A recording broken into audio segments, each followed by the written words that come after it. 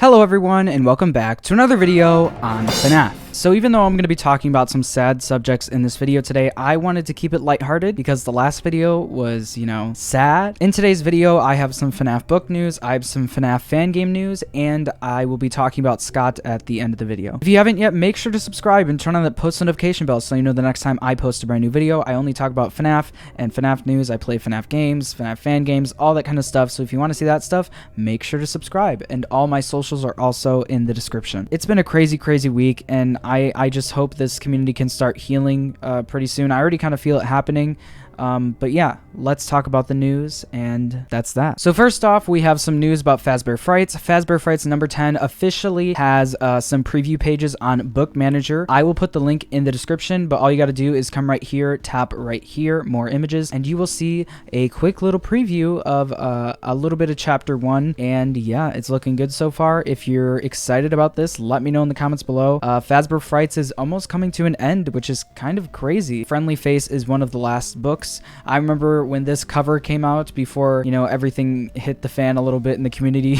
Everyone was joking about how this is like, it just looks creepy. So I'm excited to see what this book has in store for us based on the cover. It looks like it's going to be interesting. But yeah, if you want to check out the preview for this book, the link is in the description. This book is set to release September 7th, 2021. So let's look forward to that. A little bit away. Let's move on to the next piece of news. Here we go. So next we have Kane Carter tweeting about his game Pop Goes Evergreen. If you don't know, Pop Goes Evergreen is in the Fazbear Fanverse initiative, and it is a FNAF fan game that is amazing. And he has released some teasers for the game, including the home screen and settings screen for the game. Kane Carter posted on Twitter, been playing around with menu UI stuff for Evergreen. Last time I worked on this was like August last year. The left redacted is for the other collectibles, and the middle one is for the post-night gameplay sections, minigame replacements. Still a WIP, just experimenting. And this is the image that we get.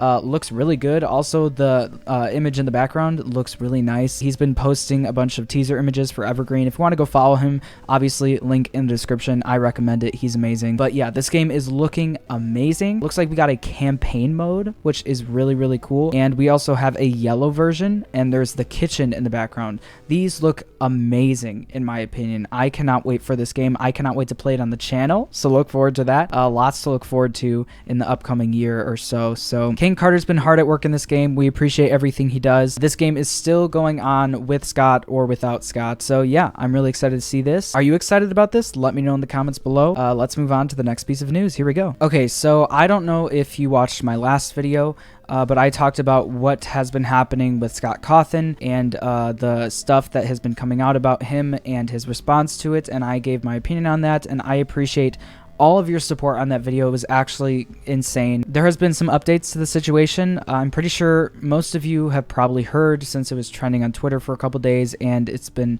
like news articles written about it, and it's just been a very popular subject.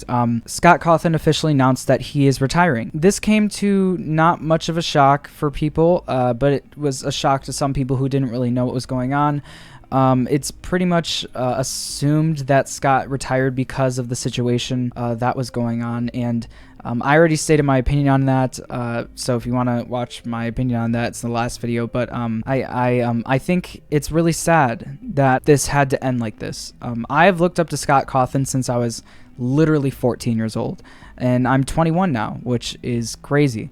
And when I was 15, I started this account on Twitter. I started this account May 2015, and it's called Cawthon Updates. And it has obviously grown to some pretty big numbers throughout the years, which I have been amazed by. I don't know how this happened, but it just kind of happened. And I'm appreciative of every single one of you who have followed this account or who even started watching my YouTube channel from me saying that I'm starting a YouTube channel on this account. Like, there are some OG people watching me right now, and I really appreciate all your support. But yeah, I have looked up to Scott for so long, and to hear that he's retiring really broke my heart. I tweeted out this. I have looked up to Scott since I was 14, 7 years ago. I started this account, Cawthon Updates, 6 years ago. His story is extremely inspiring, and his legacy will live on forever. I will always be thankful for him and his creation of this series, and I stand by those words. His story is just insane. The fact that he worked at a dollar store and then was making games and they were failing, and then he was like about to give up, and he tried one last time using the hateful reviews that he was getting on his other games, and used that to his advantage and made a horror game, and that was his last shot in the gaming industry, and he hit it out of the park. His little last chance or last shot at game making was his gold mine. I mean, he struck gold with this game franchise, and I couldn't be more thankful for all of the work he's put into this franchise. Even if he is or isn't directly involved in this franchise, you know he'll be watching over it still, maybe giving his advice to the next person that he's going to move it to. Also, I wanted to give some reassurance to people who are saying, like, this is it for FNAF, FNAF is over. We have a long time until the stuff Scott has touched is done. I mean, Security Breach is coming out late this year, the FNAF movie is coming out next year, and we have all of the FNAF books that Scott have touched to come out in the next year or so. So we have a long time until the stuff Scott has touched is done. And even after that, when Scott gives the franchise to someone else, we have new FNAF content to look forward to. I mean, we should accept this next person with open arms. No hate to this person. I'm excited for what's to come. I'm excited for the new FNAF content. And Scott even confirmed in his post that I'm going to read that FNAF isn't going to be dying anytime soon. So lots of reassurance here. I want you guys to, you know, breathe. Everything's going to be okay.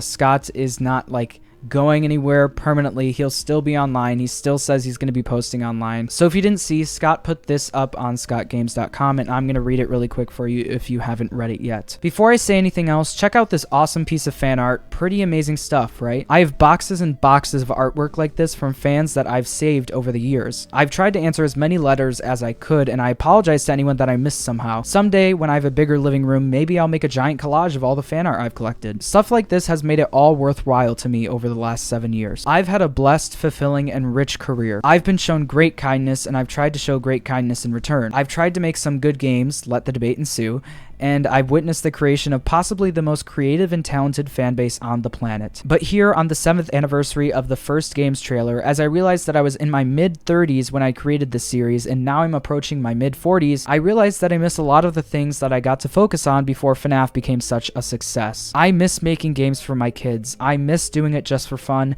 and I miss making RPGs even though I stink at it. All of this to say that I am retiring. I've been shown tremendous love and support over this last week, a lot of which has come from the LGBTQ+ community. The kindness shown to me has been surreal. Is this the end of FNAF? No. This just means that someone else will eventually be running the show, someone of my choosing and someone that I trust. We will have to wait and see how it all plays out, but an announcement will be made at some point. I have 6 kids now. I love them dearly. They are my whole world and my whole universe. I want to focus my attention on them, focus on protecting them and spending my time making things for them. I only ask that my fan base respect my decision. I will still be around, just not in the capacity that I used to be. What a blessed career I've had, what wonderful people I've met, and what a tremendous blessing to have been able to know all of you. Thank you so much. See you on the flip side. So there's Scott Cawthon in his official retiring post. This feels surreal to me to read. I've been giving ScottGames updates on my Twitter account for about 6 years now.